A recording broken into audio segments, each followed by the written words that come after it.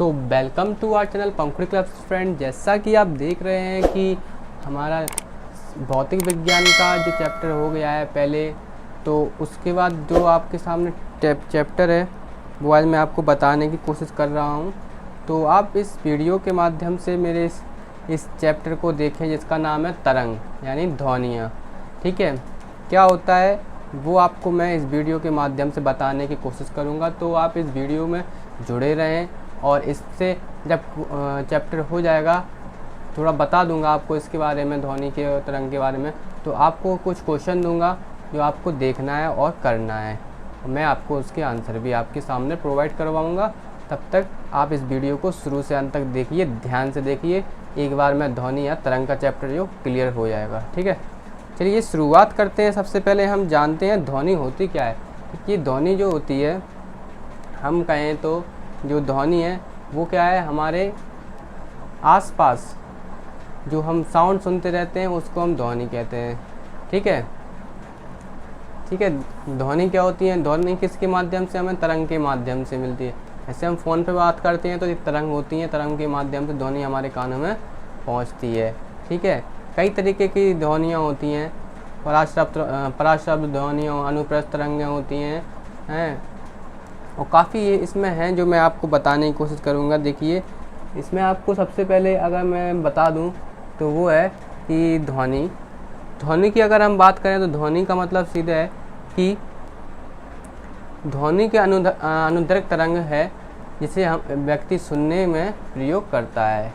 ठीक है, या फिर हम कह सकते हैं कि इसमें व्यक्ति महसूस कर सकता है कि क्या वो बोल रहा है। देखिए, कई तरीके की बातें होती हैं, जैसे कि जो कुत्ते हैं, जो जानवर हैं, जैसे कुत्ता की हम बात करें तो कुत्ता जो है वो कितनी ध्वनि सुन सकता है, व्यक्ति कितनी ध्वनि सुनता है, हमारे कानों में कितनी, हमारे बोलने का जो कैपेसिटी है, कितने डेसिबल हम बोलते हैं, ये सब बातें इसमें हैं।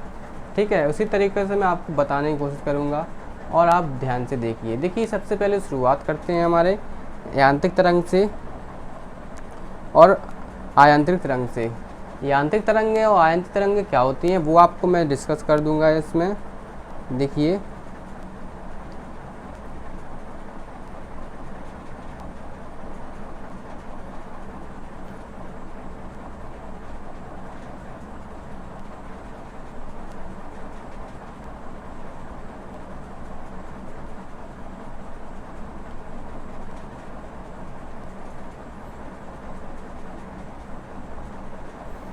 तो यांत्रिक तरंगें देखिए क्या होती हैं। वे तरंगें जिनके चलने के लिए माध्यम की आवश्यकता पड़ती है, जैसे ध्वनि तरंगें, पानी में उत्पन्न तरंगें इत्यादि। देखिए, यांत्रिक तरंगें क्या होती हैं?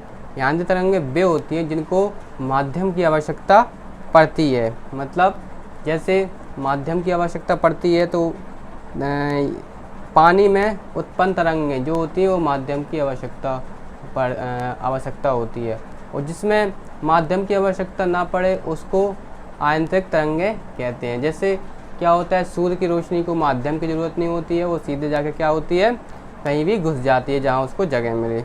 ऐसे ही इसमें है आयांत्रिक या विद्युत तरंगें। आयांत्रिक या विद्युत तरंगें वे तरंगें होती हैं जिनको गति करने के लिए माध्यम की आवश्यकता नहीं होती, जैसे सूर्य का प्रकाश पृथ्वी पर आने में तरंगों का आना। ओके, आप समझ गए होंगे। आगे हम चलेंगे तो लिखा है कि यांत्रिक तरंगें वे तरंगें होती हैं,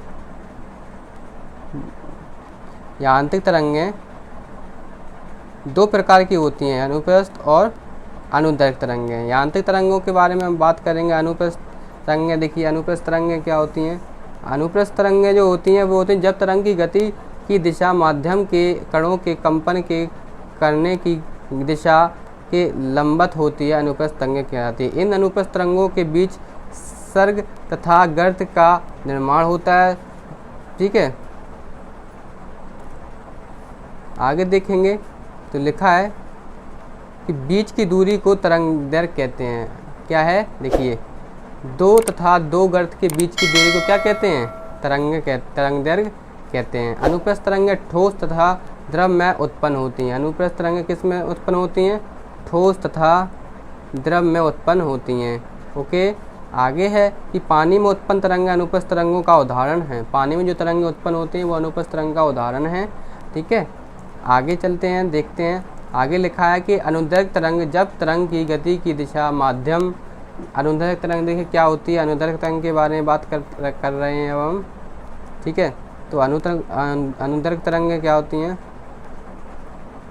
देखिए जब तरंग की गति की दिशा माध्यम के कणों के कंपन करने की दिशा में होती है तो इसे अनुदैर्घ्य तरंग कहते हैं। इन तरंगों में संपीड़न तथा विरलन की दिशा पाई जाती है। अनुदैर्घ्य तरंग ठोस, द्रव तथा गैसें तीनों माध्यम में उत्पन्न होती हैं। जो अनुदैर्घ्य तरंगें होती हैं वो ठोस, गैस तथा द्रव तीनों माध्यम में क्या होती हैं, उत्पन्न होती हैं। इन्हें अनुदैर्घ्य तरंगें कहते हैं। ओके, आगे है ध्वनि तरंगें। देखिए ध्वनि तरंगें क्या होती हैं, ध्वनि तरंगें यांत्रिक तरंगें होती हैं, अर्थात इन तरंगों को गति करने के लिए माध्यम की आवश्यकता नहीं होती, और यदि माध्यम मिल जाता है तो उसमें भी गति करती रहती हैं ये। मतलब ध्वनि तरंगें क्या होती हैं, अगर इनको, ये तो गति में है ही, ठीक है, अगर क्या होता है इन तरंगों को गति करने के लिए माध्यम की आवश्यकता नहीं होती, लेकिन और यदि माध्यम मिल जाता है तो इसमें भी गति करती रहती हैं।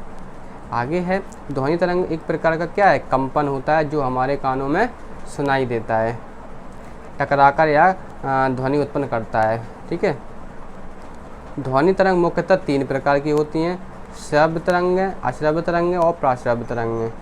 ठीक है, इधर मैंने तीनों दी हैं, आपको मैं बता देता हूँ तीनों किस प्रकार हैं। देखिए तीनों इस प्रकार हैं कि श्रव्य तरंगें क्या होती हैं, देखिए ध्यान से सुनिए। श्रव्य तरंगें क्या होती हैं, वे ध्वनि तरंगें जिनकी आवृत्ति 20 हर्ट्ज से लेकर 20,000 हर्ट्ज तक होती हैं श्रव्य तरंगें कहलाती है। अर्थात इन तरंगों को मनुष्य आसानी से सुन सकता है। देखिए क्वेश्चन पूछा जाता है तो कितने डेसिबल को मनुष्य सुन सकता है, किन तरंगों को सुन सकता है, तो 20 से 20,000 हर्ट्ज को सुन सकता है। या फिर ऐसे कहेंगे 20 से 20,000 हर्ट्ज को कौन सुन सकता है, तो ये होती है हमारे 20 से 20,000 हर्ट्ज को मनुष्य सुन सकता है। आगे चलते हैं, अश्रव्य तरंगें वो तरंगें जिनकी आवृत्ति 20 हर्ट्ज से कम होती है। 20 हर्ट्ज से क्या होती है, कम होती है, अश्रव्य तरंगें कहलाती हैं। इसे मानव कान के द्वारा सुना नहीं जा सकता। मतलब 20 हर्ट्ज की से कम की जो तरंगें होती हैं उसको मानव कान के द्वारा नहीं सुन सकता है, और इसे कुत्ते, बिल्ली के द्वारा तथा कुछ पक्षियों के द्वारा अनुभव किया जाता है। हृदय की धड़कन की आवृत्ति तरंगें के समान हैं। तो ये क्या था हमारा अश्रव्य तरंगें। ठीक है, जो कौन सुन सकता है, 20 हर्ट्ज से मनुष्य नहीं सुन सकता, कुत्ते, बिल्ली और जो भी जानवर होते हैं, कुछ जानवर, पक्षी भी मिला के, तो वो सुन सकते हैं। आगे आ जाते हैं पराश्रव्य तरंगें। पराश्रव्य तरंगें क्या होती हैं, इन तरंगों की गति आवृत्ति 20,000 हर्ट्ज से ऊपर होती है। 20,000 हर्ट्ज से क्या होती है, ऊपर होती है, तो क्या होता है, पराश्रव्य तरंगें कहलाती हैं। अर्थात इन तरंगों की भी मानव कान के द्वारा सुना नहीं जा सकता, लेकिन कुछ जानवर नहीं कह सकते, कुछ हैं जो सुन सकते हैं, लेकिन इनमें क्या होता है 20,000 हर्ट्ज से ऊपर की तरंगें हमें सुनाई देती हैं, लेकिन हम इनका सहन नहीं करते, असहनशील होती हैं ये। जैसे मिसाइल होती है, मिसाइल की जो तरंग होती है वो कितने हर्ट्ज होती है, बहुत ज़्यादा होती है, तो हम उसको नहीं देखेंगे। जैसे आपके सामने एक डायग्राम दे दिया जाएगा, देखिए आपके स्क्रीन पे है एक डायग्राम, उस डायग्राम को देखिए। जैसा कि मैंने यहाँ पे नोट्स बना के रखा है, आपको डायग्राम इसमें दिख रहा होगा। जैसे है कि एक साइड माध्यम है आपके और एक साइड क्या है, ध्वनि का वेग। जैसे क्या है, शुष्क वायु 331 मीटर पर सेकंड की गति से होती है। शुष्क वायु ड्राई एयर यानी 20 डिग्री सेल्सियस में 343 मीटर पर सेकंड की। हाइड्रोजन 1259, अशुद्ध जल जो होता है 149 मीटर। आपके सामने ये दी रखी हैं, देखिए ध्यान से देखिए। और लकड़ी का जो है वो 3700 मीटर पर सेकंड, और लोहे का जो है 5130 मीटर पर सेकंड, और पायरेक्स कांच है 5130 मीटर पर सेकंड, और एल्यूमिनियम का बैग जो होता है वो 6420 मीटर पर सेकंड। सबसे ज़्यादा एल्यूमिनियम का बैग ही होता है। ठीक है। अब देखिए एक और आपके सामने पैराग्राफ आएगा, उसमें लिखा है कुछ ध्वनि स्रोत तथा उनकी प्रबलताएं। कुछ ध्वनि स्रोत तथा उनकी प्रबलताएं जो होती हैं वो क्या होती हैं। देखिए प्रबलता कितनी होती है, मतलब जो ध्वनि होती है उस कितनी आवाज़ करती है, कितनी गति करती है। देखिए प्रक्षेपास्त्र यानी मिसाइल जो होती है वो 180 डेसिबल की प्रबलता उसमें होती है, और स्टीरियोफोन फुल साउंड जो होता है 140 डेसिबल का समथिंग होता है। सायरन जो होता है, जैसे कि कहीं कहीं जैसे फैक्ट्रियाँ होती हैं उनमें सायरन लगा हुआ होता है, तो उनका कितना होता है 130 डेसिबल का। और जेट विमान जो असहनीय है, जैसे हम कह सकते हैं जेट विमान जो होते हैं जो, ठीक है, फाइटर विमान भी कहते हैं, तो उनको 120 डेसिबल उनकी होती है। मोटरसाइकिल जो 100 सीसी की होती है उसकी होती है 110 डेसिबल। कारखानों का शोर जो होता है वो 100 डेसिबल का होता है। भारी वाहन का 90 डेसिबल। सामान्य बातचीत का 40 डेसिबल। ठीक है, सामान्य बातचीत का 20 से 40 डेसिबल का हम एक दूसरे में जब बात करते हैं तो नॉर्मली हमें सुनाई देता है। ठीक है, और फुसफुसाहट जो होती है 20 डेसिबल होती है। फुसफुसाहट जो करते हैं वो हम 20 डेसिबल की होती है। ये थी हमारे क्या कि ध्वनि और उनका कितने डेसिबल की होती है। तो अब आपके सामने कुछ क्वेश्चन रखता हूँ, तो कुछ क्वेश्चन आप देखिए।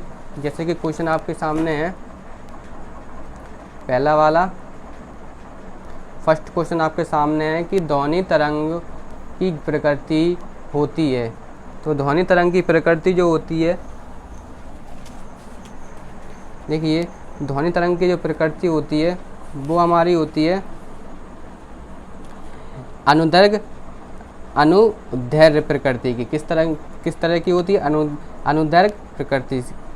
तो ऑप्शन नंबर हमारा इसका बी हो जाएगा। ओके, नेक्स्ट है हमारा पराश्रव तरंगें मनुष्य द्वारा सुनी जा सकती हैं, नहीं सुनी जा सकती हैं, कभी सुनी जा सकती हैं, इनमें से कोई नहीं। तो ऑप्शन नंबर हमारा होगा बी, नहीं सुनी जा सकती हैं। पराश्रव तरंगें हम नहीं सुन सकते हैं, तो ऑप्शन नंबर हमारा बी करेक्ट हो जाएगा। ठीक है, पराश्रव तरंगें जो होती हैं बहुत हाई डेसिबल की होती हैं, जिस सुन तो सकते हैं और नहीं भी सुन सकते इनको, लेकिन इनको जो ऑप्शन है वो यही आएगा कि नहीं सुनी जा सकती। नेक्स्ट है कि शिकार पर पक्षियों या बाधाओं का पता लगाने के लिए चमगादड़ अथवा डॉल्फिन किस परिघटना का प्रयोग करते हैं। तो किस परिघटना का प्रयोग करते हैं, अगर जैसे कोई विपत्ति आ रही है या जैसे कि भूकंप आ रहा है, तो सबसे पहले इन्हीं के पता पड़ जाता है कि कितने, मतलब काफ़ी किलोमीटर दूर से ये पता कर लेती हैं अपने। ठीक है, तो वो क्या होता है, ऑप्शन नंबर इसमें क्या रहेगा, तो वो किस तरीके से पता करती हैं, तो उनकी प्रतिध्वनि का निर्धारण वो खुद कर लेती हैं। ठीक है, कितने किलोमीटर की गति से आ रही हैं ये सब इनको पता पड़ जाता है। नेक्स्ट है कि चंद्रमा पर धरातल से दूर विस्फोट सुनाई नहीं पड़ता। जब चंद्रमा होता है उसके धरातल से दूर विस्फोट सुनाई नहीं पड़ता है, क्यों। तो ऑप्शन नंबर हमारा इसका हो जाएगा, क्या वायुमंडल की अनुपस्थिति के कारण होता है, नहीं। चंद्रमा का गुरुत्वाकर्षण का होना के कारण, नहीं, ये भी नहीं। ध्वनि तरंगों की गति कम होने के कारण, ये भी नहीं। तो ऑप्शन नंबर हमारा डी हो जाएगा। ओके, डी हमारा करेक्ट हो जाएगा। ठीक है, नेक्स्ट है चमगादड़ अंधेरे में उड़ सकती हैं क्योंकि। चमगादड़ जो होती हैं अंधेरे में उड़ सकती हैं क्योंकि, क्यों उड़ सकती हैं चमगादड़ अंधेरे में, तो ये इसलिए उड़ सकती हैं क्योंकि अंधेरे में क्या होता है कि वे अति तीव्र ध्वनि तरंगें पैदा करती हैं। क्या करती हैं, अति तीव्र ध्वनि तरंगें पैदा करती हैं, जिससे उनको क्या होता है, जो उसका नियंत्रण करती हैं। ओके, तो ऑप्शन नंबर हमारा सी हो जाएगा करेक्ट। ठीक है, ऐसे ही जो होता है उनको दिखाई तो देता नहीं है, दिन में उनको दिखाई, चमगादड़ को दिन में दिखाई नहीं देता है। ठीक है, रात में ही उनको दिखाई देता है। दिखाई नहीं दे सकता तो हम कह सकते हैं उनकी तरंग जो होती हैं उनके अनुसार वो पता कर लेती हैं कहाँ उनको जाना है। और चमगादड़ एकमात्र ऐसा पक्षी माना जाता है जो अपने बच्चों को दूध भी पिलाता है, तो ये भी याद रखने वाली बात है। नेक्स्ट है कि निम्न द्रवों में से ध्वनि सबसे तेज यात्रा करती है। तो सबसे तेज ध्वनि किन के माध्यम से ज़्यादा, मतलब किस माध्यम में ज़्यादा होती है, तो किन सबसे तेज यात्रा करती है, ऐसा भी बोल दिया है। तो हमारा ऑप्शन नंबर जो है वो स्टील में सबसे ज़्यादा क्या करती है, वो गति करती है। ओके, नेक्स्ट है इसका, अच्छा ऑप्शन नंबर मैं बता दूं, इसका ए है, करेक्ट हो जाएगा। ठीक है, नेक्स्ट है हमारा, किस माध्यम से ध्वनि सबसे तेज चलती है, मतलब किस माध्यम से ध्वनि सबसे तेज चलती है। तो सिंपल सा है, ठोस के माध्यम से। किसके? ठोस के माध्यम से ध्वनि सबसे तेज चलती है। ये आपने पढ़ा होगा, ऑप्शन नंबर ए क्या है, ठोस। नेक्स्ट है, ध्वनि में कौन सा एक कथन सही नहीं है। ध्वनि में कौन सा कथन एक सही नहीं है, तो देखिए देखते हैं हम कि तापमान के बढ़ने पर वायु में ध्वनि का वेग बढ़ता है। यस, ये तो बात सही है। तापमान जब बढ़ता है तो वायु में ध्वनि का वेग क्या होता है, बढ़ता है। ठीक है, 1 डिग्री सेल्सियस ताप बढ़ने पर ध्वनि का वेग भी बढ़ जाता है, ये हमने पढ़ा है। ठीक है, वायु में ध्वनि का वेग जो होता है, वायु में ध्वनि का वेग जो होता है वो निर्भर नहीं करता, मतलब वायु में ध्वनि का जो वेग दाव निर्भर नहीं करता, ये तो बात बिल्कुल सही है, नहीं करता है। ठीक है, नेक्स्ट है, आर्द्रता के बढ़ने पर वायु में ध्वनि का वेग कम हो जाता है, ये बात गलत है। आर्द्रता जब बढ़ती है तो वायु में ध्वनि का वेग कम हो जाता है, नहीं बढ़ता है। ठीक है, ये ऑप्शन नंबर सी इसका करेक्ट हो जाएगा। नेक्स्ट है, आयु में ध्वनि का वेग तो तापमान के बढ़ने से घटता है, तापमान के घटने से बढ़ता है, तापमान प्रभावित नहीं रहता, तापमान के घटने से बढ़ता है। तो ऑप्शन नंबर तापमान के घटने से बढ़ता है, तो ऑप्शन नंबर आपका हो जाएगा डी। नेक्स्ट है, पराध्वनिक विमान उड़ते हैं। पराध्वनिक जो विमान होते हैं वो उड़ते हैं, तो क्या होता है, ध्वनि की चाल से अधिक चाल से वो उड़ते हैं। ठीक है, तो ऑप्शन नंबर हमारा सी हो जाएगा।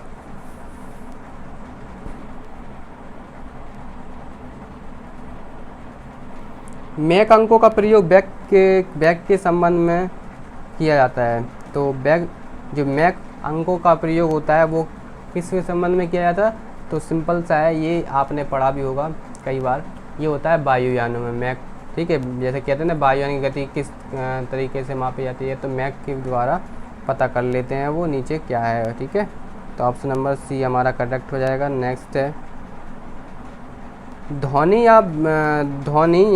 ध्वनि प्रदूषण मापा जाता है, तो किससे मापा जाता है, ध्वनि या ध्वनि प्रदूषण किससे मापा जाता है।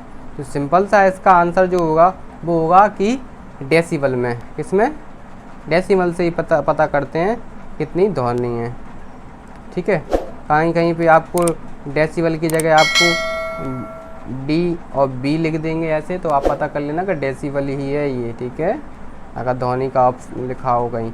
तो रेडियो का समस्वरण स्टेशन उदाहरण है, तो रेडियो का समस्वरण स्टेशन उदाहरण है, तो ऑप्शन नंबर हमारा इसका बी हो जाएगा, अनुनाद।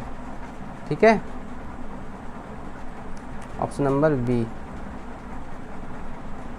नेक्स्ट है, किसी ध्वनि स्रोता को आवृत्ति में होने वाले उतार चढ़ाव को कहते हैं, तो ऑप्शन नंबर हमारा इसका भी हो जाएगा बी, ऑप्शन नंबर बी इसका करेक्ट हो जाएगा, डॉपलर प्रभाव के नियम के अनुसार। ठीक है, नेक्स्ट है, पास आती हुई रेलगाड़ी की सीटी की आवृत्ति बढ़ जाती है, ऐसा किस घटना के कारण होता है। ऐसा भी हमारा जो है वो है कि आर्कमिडीज के नियम के अनुसार होता है। ठीक है, ऑप्शन नंबर डी करेक्ट हो जाएगा। नेक्स्ट है, निम्नलिखित में से किस एक प्रकार की तरंग का प्रयोग रात्रि दृष्टि उपकरण में किया जाता है, मतलब रात्रि दृष्टि में। तो सिंपल सा है हमारा ये आंसर इसका, वो है कि आवर्तक तरंग जो होती हैं वो रात्रि में उपयोग की जाती हैं, रात्रि दृष्टि में, आवर्तक तरंग में। ओके, नेक्स्ट है ध्वनि तरंग नहीं चल सकती। ध्वनि तरंग किस में नहीं चल सकती? तो सिंपल सा है, ध्वनि तरंग निर्वात में नहीं चल सकती। तो ऑप्शन नंबर डी आपका करेक्ट हो जाएगा।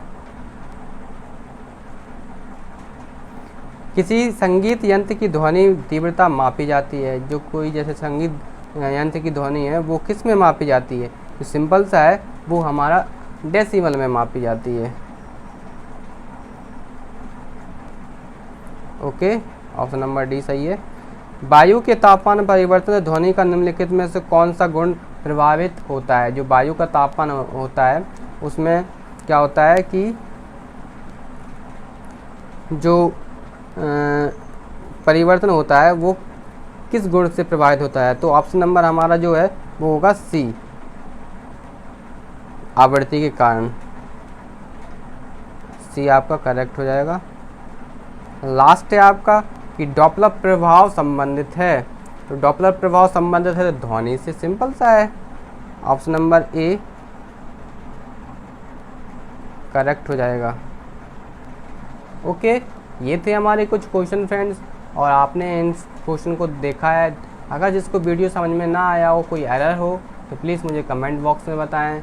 और अगर फिर भी समझ में ना आए तो प्लीज़ इसको एक बार दोबारा आप देख लें, ऑब्वियसली आपको पक्का समझ में आ जाएगा। आप परेशान होने की ज़रूरत नहीं है। तो मिलते हैं आपको न्यू टॉपिक से, तब तक के लिए friend thank you so much watching for video. जय हिंद।